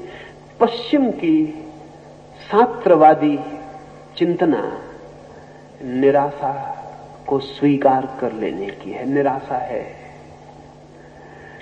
इससे पश्चिम उबरेगा नहीं, इसलिए एग्जिस्टेंशियलिज्म और उस तरह के विचारक सिर्फ एक फैशन से ज्यादा नहीं, और फैशन मरनी शुरू हो गई, फैशन मर रही। अब अस्तित्ववाद कोई बहुत जीवित धारणा नहीं है। बच्चे पश्चिम के उसको भी इंकार कर रहे हैं, वो भी ओल्ड फैशन हो गई, छोड़ो ये बकवास भी। लेकिन छात्र की पीढ़ी ने जो निराशा दी है उसका दुष्परिणाम आने वाली पीढ़ी पर दिखाई पड़ रहा है। वो पीढ़ी कहती है कि ठीक है, हम सड़क पर नंगे नाचेंगे क्योंकि तुम्ही ने तो कहा कि कोई अर्थ नहीं है, तो फिर कपड़े पहनने में ही कौन सा अर्थ है। तो हम फिर किसी भी तरह के काम संबंध निर्मित करेंगे क्योंकि तुम्ही ने तो कहा है कि कोई अर्थ नहीं है, तो परिवार का भी क्या अर्थ है। तो फिर हम किसी को आदर नहीं देंगे क्योंकि तुम्ही ने तो कहा है कि जब ईश्वर ही नहीं है तो आदर का क्या अर्थ है। और हम कल की चिंता न करेंगे। आज यूनिवर्सिटी अमेरिका और यूरोप की लड़के खाली करके भाग रहे हैं। उनसे कहते हैं उनके मां बाप की पढ़ो, तो वो कहते हैं कल का क्या भरोसा। तुम्ही ने तो कहा है कि सब अनिश्चित है, तो पढ़ लिख के भी क्या होगा। और वो लड़के पूछते हैं कि हिरोशिमा में भी लड़के पढ़ रहे थे कॉलेज में, फिर एटम गिर गया और सब समाप्त हो गया। हम भी पढ़ेंगे, तुम एटम तैयार कर रहे हो, किस दिन गिरा दोगे कुछ पता नहीं, तो हमें जी लेने दो, जो 2-4 क्षण हमें मिले हमें जी लेने दो। तो पश्चिम में जो जीवन का एक विस्तार है, टाइम में, समय में जो एक जीवन की यात्रा है, वो एकदम खंडित हो गई, क्षण पर टिक गया। अभी जो है कर लो, अगले क्षण का कोई भरोसा नहीं, और अगले क्षण के भरोसे को करोगे भी क्या। अंततः तो मृत्यु ही है, अगला क्षण मृत्यु है। टाइम जो है वो डेथ का पर्यायवाची हो गया पश्चिम में। समय और मृत्यु एक ही अर्थ के हो गए। अभी जो है और कोई मूल्य नहीं है। अभी एक व्यक्ति ने कई हत्याएं की और जब अदालत ने उससे पूछा तो उसने कहा क्या हर्ज है, जब सभी को मर ही जाना है तो मैंने मरने में सहायता की। और वो तो मर ही जाते हैं, उनके मारने से मुझे थोड़ा आनंद मिला है, उसके ले लेने में हर्ज क्या है। जब कोई मूल्य ही नहीं है तो ठीक है। छात्र की पीढ़ी पश्चिम को एक खोखलेपन से, एक हालोनेस से भर गई, क्योंकि उसके पास उत्तर नहीं था, सिर्फ प्रश्न थे और उसने प्रश्नों को ही उत्तर बता दिया। अगर अर्जुन जीत जाए तो इस मुल्क में भी हालोनेस पैदा हो जाए। अर्जुन नहीं जीता और कृष्ण जीत गए। वो एक संघर्ष था बड़ा अर्जुन और कृष्ण के बीच। अगर अर्जुन को शक सवार हो जाए और धुन सवार हो जाए गुरु होने की, और वो अपनी जिज्ञासाओं को उत्तर बना दे और अपने प्रश्नों को उत्तर बना दे और अपने अज्ञान को ज्ञान मान ले, तो इस मुल्क में भी वही स्थिति पैदा हो जाती जो पश्चिम में अस्तित्ववादी चिंतन के कारण पैदा हुई है। स्थिति वही है, लेकिन पश्चिम के पास अभी भी कृष्ण नहीं है। लेकिन इस सिचुएशन में कृष्ण पश्चिम में पैदा हो सकते हैं। और इसलिए बहुत आश्चर्य की बात नहीं है कि कृष्ण कॉन्शसनेस जैसे आंदोलन पश्चिम के मन को पकड़ रहे हैं। कोई आश्चर्य नहीं है कि पश्चिम की सड़कों पर लड़के और लड़कियां ढोल पीट कर और कृष्ण का भजन कर रहे हैं। ये कोई आश्चर्य नहीं है, ये आकस्मिक नहीं है। इस जगत में आकस्मिक कुछ भी नहीं होता। इस जगत में एक फूल भी खिलता है तो लंबे कारण होते हैं। अगर लंदन की सड़क पर कोई हरे कृष्ण का भजन ढोल पर पीटता हुआ घूमता है तो यह आकस्मिक नहीं है। यह पश्चिम के चित्त में कहीं कोई गहरी पीड़ा है। अर्जुन तो मौजूद हो गया, कृष्ण कहां है? प्रश्न तो खड़ा हो गया, उत्तर कहां है? उत्तर की तलाश पैदा हुई है। इसलिए ठीक सवाल था ये। लेकिन मैं अर्जुन को मनुष्य का प्रतीक कहता हूं, और अर्जुन को जो ममत्व पकड़ा वो भी मनुष्य की मनुष्यता है। लेकिन नीत्शे का एक वचन आपसे कहूं। नीत्शे ने कहा है, अभागा होगा वो दिन जिस दिन मनुष्य से पार होने की आकांक्षा छोड़ देगा।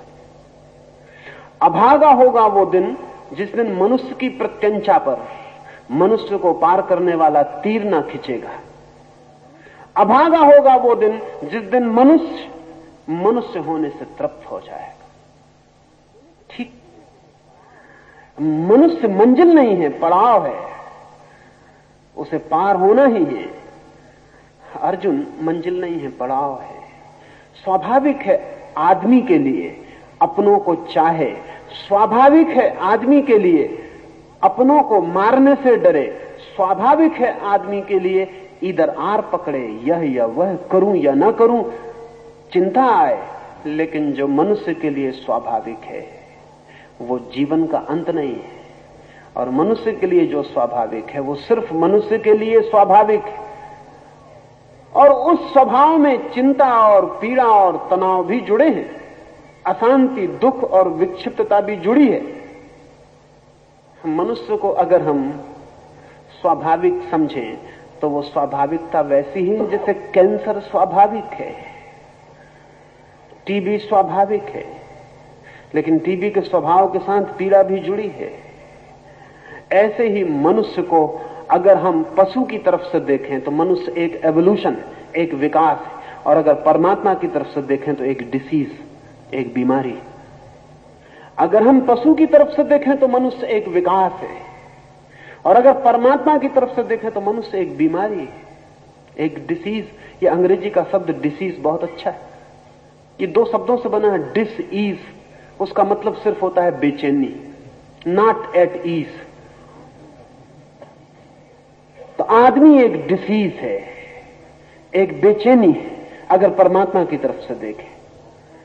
और अगर पशु भी हमारे संबंध में सोचते होंगे तो वे भी नहीं सोचते होंगे कि हम विकास हैं, वो भी सोचते होंगे कि हमारे बीच से कुछ लोग गड़बड़ हो गए, विक्षिप्त हो गए, इनका दिमाग खराब हो गया, सिवाय परेशानी के। क्योंकि जब कोई पशु देखता होगा कि आदमी साइकियाट्रिस्ट के दफ्तर में जाता है, आदमी मनोवैज्ञानिक के पास अपने मन की जांच के लिए जाता है, जब देखते होंगे आदमी पागल खाने खड़े करता है, और जब देखते होंगे कि आदमी दिन रात चिंता में जीता है, तो पशु भी कभी सोचते होंगे, कभी न कभी उनकी जमात बैठती होगी और वो सोचते होंगे इन बेचारों को कितना समझाया था, मत आदमी बनो। नहीं माने हैं और फल भोग रहे हैं। जैसा कि पिता अक्सर बेटों के संबंध में सोचते हैं, पशु पिता हैं, हम उसी यात्रा से आते हैं, जरूर सोचते होंगे कितना समझाया, लेकिन बिगड़ गई ये जनरेशन, ये पीढ़ी भटक गई। लेकिन उन्हें पता नहीं कि इस भटकाव से संभावनाएं खुल गई हैं, इस भटकाव से एक बड़ी यात्रा खुली है। स्वभावतः जो घर बैठा है वो उतना परेशान नहीं होता, जो यात्रा पर निकला है वो परेशान होता है। राह की धूल भी है, राह के गड्ढे भी हैं, राह की भूलें भी हैं, राह पर भटकन भी है, अनजान रास्ता है, पास कोई नक्शा नहीं, अनचार्टर्ड है। खोजना है और चलना है, चलना है और रास्ता बनाना है। लेकिन जो चलेंगे, भूलेंगे, भटकेंगे, गिरेंगे, दुखी होंगे, वे ही पहुंचते भी हैं। अर्जुन स्वाभाविक है मनुष्य के लिए, लेकिन अर्जुन खुद पीड़ा से भरा है, वो भी मनुष्य होने की इच्छा में नहीं। वो कहता है या तो दुर्योधन हो जाए, या तो कोई समझा दे कि जो हो रहा है सब ठीक है, या कोई ऊपर उठा दे अर्जुन होने से। उसकी चिंता, उसका दुख, उसकी पीड़ा वही। गांडीवं स्रंसते हस्तात् त्वकचैव परिदह्यते न च शक्नोऽभ्यवस्थातुं भ्रमातीव च मे मनः निमित्तानि च पश्यामि विपरीतानि केशव न च श्रेयोऽनुपश्यामि हत्वा स्वजनमाहवे न काङ्क्षे विजयं कृष्ण न च राज्यं सुखानि च किं नो राज्येन गोविन्द किं भोगैर्जीवितेन वा।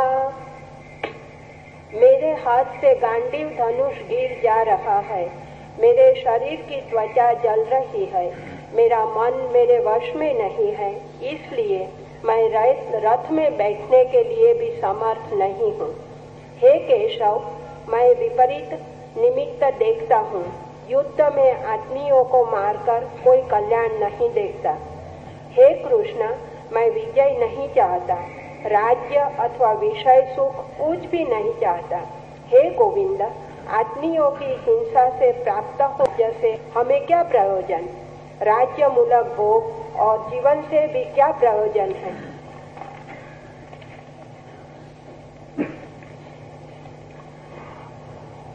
अर्जुन के अंग शिथिल हो गए, मन शांत छोड़ दिया है, धनुष छूट गया है। वो इतना कमजोर मालूम पड़ रहा है कि कहता है रथ पर मैं बैठ भी सकूंगा या नहीं, इतनी भी सामर्थ्य नहीं। यहां 2-3 बातें समझनी जरूरी हैं। एक तो ये कि शरीर केवल हमारे चित्त का प्रतिफलन है। गहरे में मन में जो घटित होता है वो शरीर के रोए-रोए तक फलित हो जाता है। ये अर्जुन बलशाली इतना अचानक ऐसा बलहीन हो गया कि रथ पर बैठना उसे कठिन मालूम पड़ रहा है। क्षण भर पहले ऐसा नहीं था। इस क्षण भर में वो बीमार नहीं हो गया, इस क्षण भर में उसके शरीर में कोई आसक्ति नहीं आ गई, इस क्षण भर में वो वृद्ध नहीं हो गया। इस क्षण भर में क्या हुआ है? इस क्षण में एक ही घटना घटी है, उसका मन क्षीण हो गया, उसका मन दुर्बल हो गया, उसका मन स्वखंडों में विभाजित हो गया, स्वविरोधी खंडों में विभाजित हो गया। जहां मन विभाजित होता है विरोधी खंडों में, तत्काल शरीर रुग्ण दीन हो जाता है। जहां मन संयुक्त होता है एक संगीतपूर्ण स्वर में, वहां शरीर तत्काल स्वस्थ और अविभाजित हो जाता है। उसके धनुष का गिर जाना, उसके हाथ पैर का कपना, उसके रोओं का खड़ा हो जाना सूचक है, इस बात का सूचक है कि शरीर हमारे मन की छाया से ज्यादा नहीं है।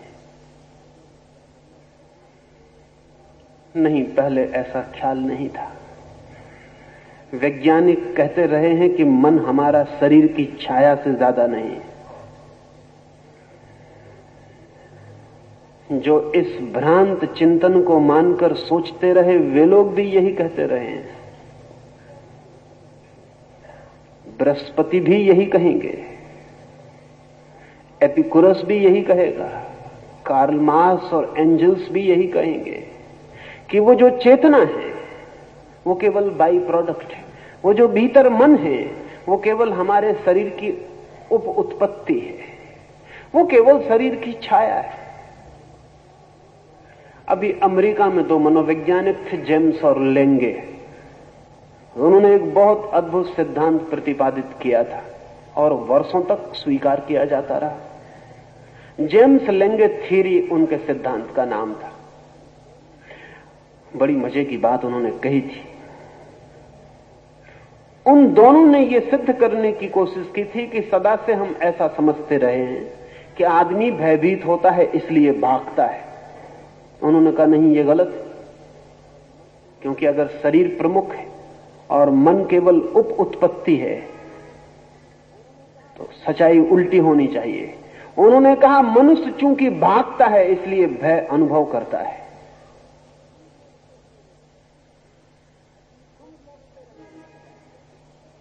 हम सोचते रहे हैं सदा से कि आदमी क्रोधित होता है इसलिए मुट्ठियां भिज जाती हैं, क्रोधित होता है इसलिए दांत भिज जाते हैं, क्रोधित होता है इसलिए आंखों में खून दौड़ जाता है, क्रोधित होता है इसलिए श्वास तेजी से चलने लगती है और हमले की तैयारी हो जाती है। जेम्स लेंगे ने कहा गलत है ये बात, क्योंकि शरीर प्रमुख है इसलिए घटना पहले शरीर पर घटेगी, मन में केवल प्रतिफलन होगा। मन सिर्फ एक मिरर है, एक दर्पण, इससे ज्यादा नहीं। इसलिए उसने कहा कि नहीं, बात उल्टी है। आदमी चूंकि मुट्ठियां भींच लेता है और आदमी चूंकि दांत कस लेता है और चूंकि शरीर में खून तेजी से दौड़ता है, श्वास तेज चलती है, इसलिए क्रोध पैदा होता है।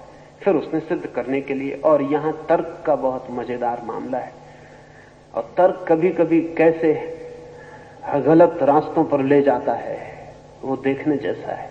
उसने कहा तो मैं ये कहता हूं कि एक आदमी बिना भागे हुए और बिना शरीर पर भागने का कोई प्रभाव हुए भयभीत होकर बता दे, या एक आदमी बिना आंखें लाल किए, मुट्ठियां बांधे, दांत बीचे, क्रोध करके बता दे। मुश्किल है बात, कैसे बताइएगा क्रोध करके? तब उसने, दोनों ने कहा कि तब ठीक है, जब इसके बिना क्रोध नहीं हो सकता तो क्रोध इनका ही जोड़ है, इससे ज्यादा कुछ भी नहीं। लेकिन पता नहीं जेम्स लेंगे को किसी ने क्यों नहीं कहा कि इससे उल्टा होता है। एक अभिनेता क्रोध करके बता सकता है, आंखें लाल करके बता सकता है, दांत भींच सकता है, हाथ भींच सकता है, फिर भी भीतर उसके कोई क्रोध नहीं होता। और एक अभिनेता प्रेम करके बता सकता है, और जितना अभिनेता बता सकता है उतना शायद कोई भी नहीं बता सकता। भीतर उसके कोई प्रेम नहीं होता है।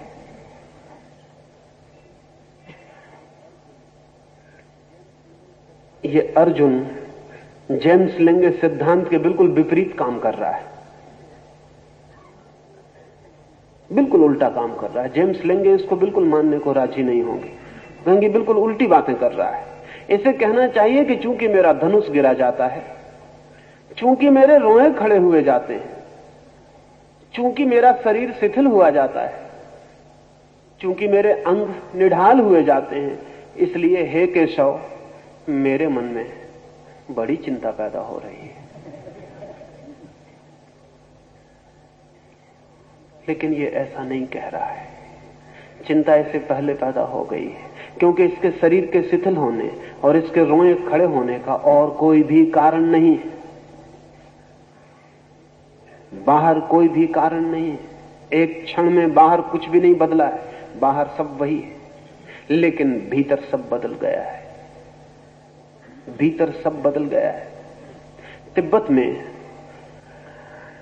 लहासा यूनिवर्सिटी में विद्यार्थियों का भी शिक्षण जो होता था उसमें भी योग का कुछ वर्ग अनिवार्य था, और एक तिब्बत का नियमित प्रयोग लहासा यूनिवर्सिटी में चलता था, उसमें भी विद्यार्थियों को उत्तीर्ण होना जरूरी था, और वो था हीट योग। वह शरीर में भीतर से मन के कारण गर्मी पैदा करने की प्रक्रिया। अजीब, सिर्फ मन से बाहर बर्फ पड़ रही है और आदमी नग्न खड़ा है और उसके शरीर से पसीना चू रहा है। इतने पर राजी नहीं होते थे वो। और जब पश्चिम से आए हुए डॉक्टरों ने भी इस परीक्षा को किया तो बहुत हैरान हो गए क्योंकि जब विद्यार्थियों की परीक्षा होती थी तो रात में खुले मैदान में बर्फ के पास झील के किनारे उन्हें नग्न खड़ा किया जाता और उनके पास कपड़े, कोट, कमीज गीले करके रखे जाते पानी में डुबा के, और वो नग्न खड़े हैं। और उस लड़के को सर्वाधिक अंक मिलेंगे जो रात अपने शरीर से इतनी गर्मी पैदा करे कि अनेक कपड़े सुखा दे शरीर पर पहन के। जितने ज्यादा कपड़े रात भर में वो सुखा देगा उतने ज्यादा अंक उसको मिलने वाले। और जब पश्चिम से आए हुए डॉक्टरों के एक दल ने ये देखा तो वो दंग रह गए। तो उन्होंने कहा जेम्स लिंग थ्योरी का क्या हुआ? क्योंकि बाहर तो बर्फ पड़ रही है और वे डॉक्टर तो लबादे पर लबादे पहनकर भी भीतर कपे जा रहे हैं, और ये नग्न खले लड़के क्या कर रहे हैं? क्योंकि इनके शरीर पर जो होना चाहिए वो हो रहा है, लेकिन मन इंकार कर रहा है। और मन कहे चला जा रहा है कोई बर्फ नहीं है, और मन कहे चला जा रहा है कि धूप है और तेज गर्मी है, और मन कहे जा रहा है कि शरीर आग तप रही है, इसलिए शरीर को पसीना छोड़ना पड़ रहा है। ये जो अर्जुन के साथ हुआ वो उसके मन में पैदा हुए भंवर का शरीर तक पहुंचा हुआ परिणाम। और हमारी जिंदगी में शरीर से बहुत कम भंवर मन तक पहुंचते हैं, मन से ही अधिकतम भंवर शरीर तक पहुंचते हैं, लेकिन हम जिंदगी भर शरीर की ही फिक्र किए चले जाते हैं। अगर कृष्ण को थोड़ी भी जिसको तथाकथित वैज्ञानिक बुद्धि कहें होती तो वो अर्जुन को कहते कि मालूम होता है तुझे फ्लू हो गया। अगर उन्होंने मार्क्स को पढ़ा होता तो वो कहते मालूम होता है तेरे शरीर में किसी हार्मोन की कोई कमी हो गई। वो कहते तू चल और किसी जनरल अस्पताल में भर्ती हो जा। लेकिन उन्होंने ये बिल्कुल नहीं कहा। वो शिथिल गात होते अर्जुन को कुछ और समझाने लगे, वो उसके मन से कुछ और समझाने लगे, वे उसके मन को बदलने की कोशिश करने लगे। जगत में दो ही प्रक्रियाएं हैं, या तो हम आदमी के शरीर को बदलने की प्रक्रिया और या आदमी की चेतना को बदलने की प्रक्रिया। विज्ञान आदमी के शरीर की बदलने की प्रक्रिया पर ध्यान देता, धर्म मनुष्य के चेतना को बदलने की प्रक्रिया पर ध्यान देता है। वही भेद है। और इसलिए मैं कहता हूं धर्म विज्ञान से ज्यादा गहरा विज्ञान है, धर्म विज्ञान से ज्यादा महान विज्ञान है, वो सुप्रीम साइंस है, वो परम विज्ञान, क्योंकि वो केंद्र से शुरू करता है। और वैज्ञानिक बुद्धि निश्चित ही केंद्र से शुरू करेगी। परिधि पर की गई चोटें जरूरी नहीं केंद्र पर पहुंचे, लेकिन केंद्र पर की गई चोटें जरूरी रूप से परिधि पर पहुंचती हैं। एक पत्ते को पहुंचाया गया नुकसान जरूरी नहीं कि जड़ों तक पहुंचे, अक्सर तो नहीं पहुंचेगा, पहुंचने की कोई जरूरत नहीं है, लेकिन जड़ों को पहुंचाया गया नुकसान पत्तों तक जरूर पहुंच जाएगा, पहुंचना ही पड़ेगा। पहुंचने के अतिरिक्त और कोई मार्ग नहीं है। इसलिए अर्जुन की इस स्थिति को देखकर कृष्ण उसे कहां से पकड़ते हैं? अगर वे शरीर से पकड़ते तो गीता फिजियोलॉजी की एक किताब होती, वो भौतिक शास्त्र होता है। वे उसे चेतना से पकड़ते हैं, इसलिए गीता एक मनसशास्त्र बन गई। गीता के मनसशास्त्र बनने का प्रारंभ अर्जुन के शरीर की घटना को कृष्ण बिल्कुल ध्यान ही नहीं देते। वो न उसकी नाड़ी देखते, न थर्मामीटर लगाते। वो कहते हैं उसकी फिक्र ही नहीं करते कि उसके शरीर को क्या हो रहा है। वे फिक्र करते हैं कि उसकी चेतना को क्या हो रहा है। ये थोड़ा विचारणीय है। जैसा मैंने कहा, आज भी मनुष्य जाति करीब करीब अर्जुन की चेतना से ग्रस्त है। उसके शरीर पर भी वे परिणाम हो रहे हैं, लेकिन हम जो इलाज कर रहे हैं वे शरीर से शुरू करने वाले हैं। इसलिए सब इलाज हो जाते हैं और बीमार बीमार ही बना रहता है। उसकी चेतना से कोई इलाज शुरू नहीं हो पाता है। ये अर्जुन कहता है मेरा मन साथ छोड़े दे रहा है, मैं बिल्कुल निर्वीर्य हो गया, बलहीन हो गया। बल क्या है? एक तो बल है जो शरीर की मांसपेशियों मसल्स में होता है, उसमें तो कोई भी फर्क नहीं पड़ गया। लेकिन इस क्षण अर्जुन को एक छोटा सा बच्चा भी धक्का दे दे तो वो गिर जाएगा। इस क्षण अर्जुन की मसल्स कुछ भी काम नहीं करेंगी। एक छोटा सा बच्चा उसे हरा सकता है। ये मस्कुलर ताकत कुछ अर्थ की नहीं मालूम होती। एक और बल है जो संकल्प से, विल से पैदा होता है। सच तो यह है कि वही बल है जो संकल्प से पैदा होता है।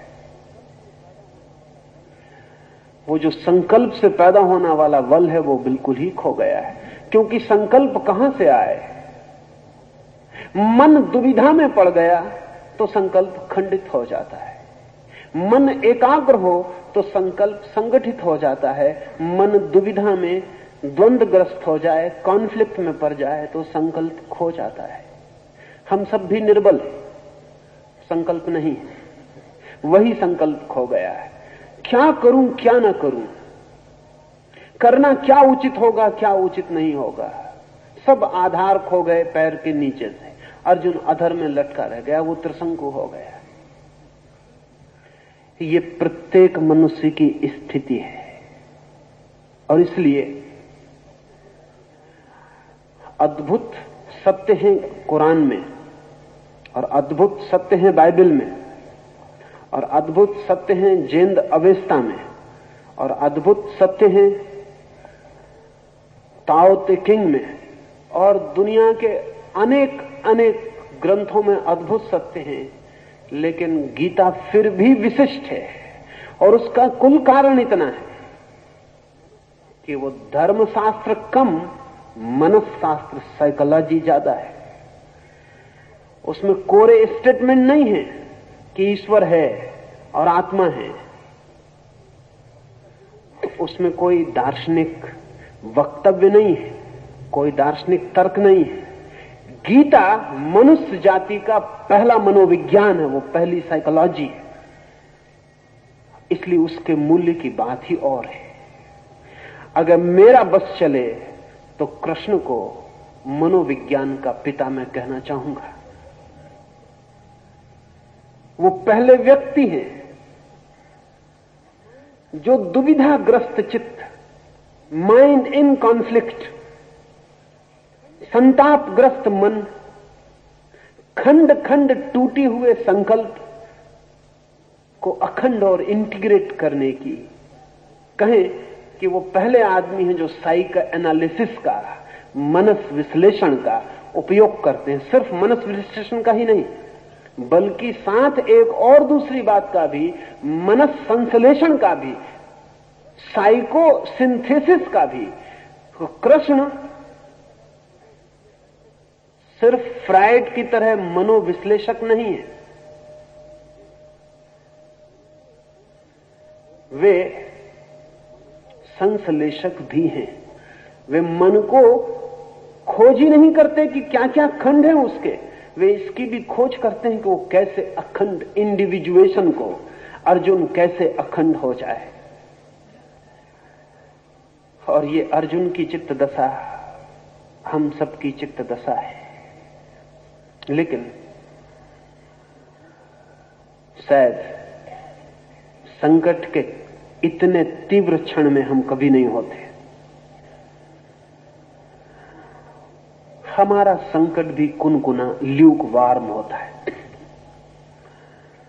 इसलिए हम उसको सहते चले जाते हैं। इतना ड्रामेटिक, इतना नाटकीय संकट हो तो शायद हम भी अखंड होने के लिए आतुर हो जाएं।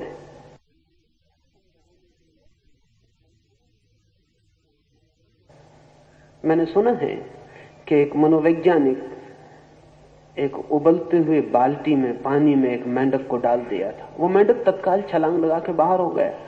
वो मेंढक अर्जुन की हालत में पड़ गया था। उबलता हुआ पानी, मेंढक कैसे एडजस्ट करे, छलांग लगा के बाहर हो गए। घंटे में उबलने तक लाया, वो करता रहा धीरे धीरे गर्म। वो जो मेंढक था हम जैसा राजी होता गया। थोड़ा पानी गर्म हुआ, मेंढक भी थोड़ा गर्म हुआ। उस मेंढक ने कहा अभी ऐसी कोई छलांग लगाने की खास बात नहीं, चलेगा।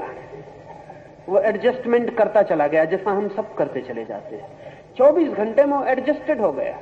जब पानी उबला तब एडजस्टेड रहा, क्योंकि अभी उसको फर्क नहीं मालूम पड़ा। रत्ती रत्ती बढ़ा,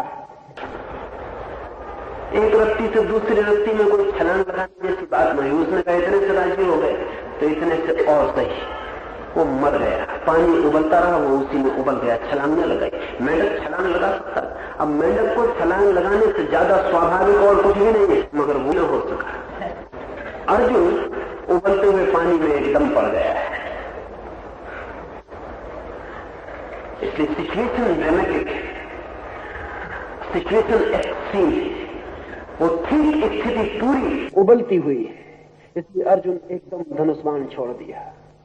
हम अपनी तराजू भी नहीं छोड़ सकते इस तरह, हम अपना गज भी नहीं छोड़ सकते इस तरह, हम अपनी कलम भी नहीं छोड़ सकते इस तरह, और रथ पर ही बैठने में एकदम इतना कमजोर हो गया। क्या हुआ? संकट से इतनी तीव्रता से राजी होना, एडजस्ट होना मुश्किल हो गया।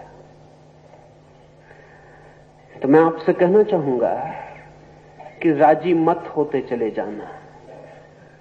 नहीं, सबको ऐसे मौके नहीं आते कि महाभारत हो हर एक की जिंदगी में, और बड़ी कृपा है भगवान की, ऐसा हर एक आदमी को महाभारत का मौका लाना पड़े तो कठिनाई होगी बहुत। लेकिन जिंदगी महाभारत है, पर लंबे फैलाव पर है। त्वरा नहीं है उतनी, तीव्रता नहीं है उतनी, सघनता नहीं है उतनी। धीमे धीमे सब होता रहता है। मौत आ जाती है और हम एडजस्ट होते चले जाते हैं, हम समायोजित हो जाते हैं, और तब जिंदगी में क्रांति नहीं हो पाती। अर्जुन की जिंदगी में क्रांति निश्चित है, इधर या उधर उसे क्रांति से गुजरना ही पड़ेगा। पानी उबलता हुआ है, या तो वो भाग जाए, जैसा कि बहुत लोग भाग जाते हैं।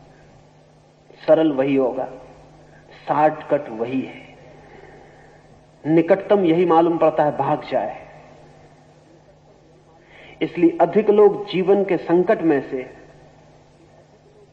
भागने वाला सन्यास निकाल लेते हैं। अधिक लोग जीवन के संकट में से एस्केपिस्ट रिनंसिएशन निकाल लेते, एकदम जंगल भाग जाते। वो कहते नहीं, अहमदाबाद नहीं, हरिद्वार जा रहे हैं। अर्जुन भी वैसी स्थिति में था, हालांकि गीता वो अपने साथ ले जाते। तब बड़ी हैरानी होती है, हरिद्वार में गीता पढ़ते, अर्जुन भी पढ़ सकता था। हमें मिल गया, कृष्ण मिल गया, उसने कहा कि रोक, भाग मत, क्योंकि भगोड़े परमात्मा तक पहुंच सकते, भगोड़े परमात्मा तक नहीं पहुंच सकते। जो जीवन के सत्य से भागते हैं वे परमात्मा तक नहीं पहुंच सकते। जो जीवन का ही साक्षात्कार करने में असमर्थ है वो परमात्मा का साक्षात्कार नहीं कर सकते, क्योंकि जो जीवन को ही देखकर शिथिलघात हो जाते हैं, जिनके गांडीव छूट जाते हैं हाथ से, जिनके रोए कपने लगते हैं और जिनके प्राण थरथराने लगते हैं, जीवन को ही देखकर, नहीं, परमात्मा के समक्ष वे खड़े नहीं हो सकेंगे। जीवन तैयारी है, जीवन कदम कदम तैयारी है उस विराट सत्य के साक्षात्कार की, एनकाउंटर का चला जाए। लेकिन भागने की तैयारी उसकी पूरी हो गई। अब ये बड़े मजे की बात है कि वो रथ पे नहीं चढ़ पाता। वो कहता रथ पे चढ़ने की भी शक्ति नहीं, लेकिन अगर उससे कहो कि भाग जाओ जंगल की तरफ तो बड़ी शक्ति पाएगा, अभी भाग जाए, एकदम इतनी तेजी से दौड़ेगा जितनी तेजी से कभी नहीं दौड़ा है। जो आदमी जिंदगी से लड़ने की सामर्थ्य नहीं जुटा पा रहा, वो भागने की जुटा लेता है। सामर्थ्य की तो कमी नहीं मालूम पड़ती, शक्ति की तो कमी नहीं मालूम पड़ती। शक्ति तो है, अगर कृष्ण उससे कहें छोड़ सब तो बड़ा प्रफुल्ल हो जाएगा, लेकिन ये प्रफुल्लता ज्यादा देर टिके। अगर अर्जुन जंगल चला जाए तो थोड़ी देर में ही उदास हो जाएगा। बैठ भी जाए वो सन्यासी के वेश में एक वृक्ष के नीचे, तो थोड़ी देर में जंगल से ही लकड़ी वगैरह बटोर के वो तीर कमान बना लेगा। वो आदमी, क्योंकि हम अपने से भागकर कहीं भी नहीं जा सकते हैं, हम सबसे भाग सकते हैं, अपने से नहीं भाग सकते हैं। मैं तो अपने साथ ही पहुंच जाऊंगा। तो थोड़ी देर में जब वो देखेगा कि कोई देखने वाला नहीं है तो पशु पक्षियों की शिकार शुरू कर देगा। अर्जुन ही तो भागेगा ना, और पशु पक्षी तो अपने नहीं है, वो तो स्वजन, उन्हें तो मारने में कोई कठिनाई आएगी नहीं, वो मजे से मारेगा। अर्जुन सन्यासी हो नहीं सकता, क्योंकि जो संसारी होने की भी हिम्मत नहीं दिखा पा रहा है, उसके सन्यासी होने का कोई उपाय नहीं है। असल में सन्यास संसार से भागने का नाम नहीं है, संसार को पार कर जाने का नाम है। सन्यास संसार की जलन और आग का अतिक्रमण है, और जो उसे पूरा पार कर लेता है वही अधिकारी हो पाता है। सन्यास संसार से विरोध नहीं, सन्यास संसार की संपूर्ण समझ और संघर्ष का फल है। आ गया है, वो पलायनवादी हो तो अभी रास्ता है उसके सामने। अगर संघर्ष में जाए तो कठिनाई है। अब पूरी गीता उसके गात की शिथिलता को मिटाने के लिए, उसे वापस संकल्पवान होने के लिए, उसे वापस शक्ति, संकल्प, वापस व्यक्तित्व और आत्मवान बनाने की पूरी चेष्टा है। इसलिए मैं जो सारी चर्चा करूंगा वो इसी दृष्टि से चर्चा करूंगा कि वो आपके मनस के भी काम की है। और अगर आपके भीतर अर्जुन न हो तो आप मत आए, वो आपके काम की बात नहीं है। वो बेमधा ना हो, आपके भीतर संघर्ष ना हो, आपके भीतर बेचैनी ना हो तो आप मत सुने, उससे कोई संबंध नहीं है। आपके भीतर दुविधा हो, बेचैनी हो, तनाव हो, आपके भीतर निर्णय में कठिनाई हो, आपके भीतर खंड खंड आदमी हो और आप भी भीतर से टूट गए हो, डिसइंटीग्रेटेड हो, तो ही आने वाली बात आपके अर्थ की हो सकती है। शेष कल सुबह।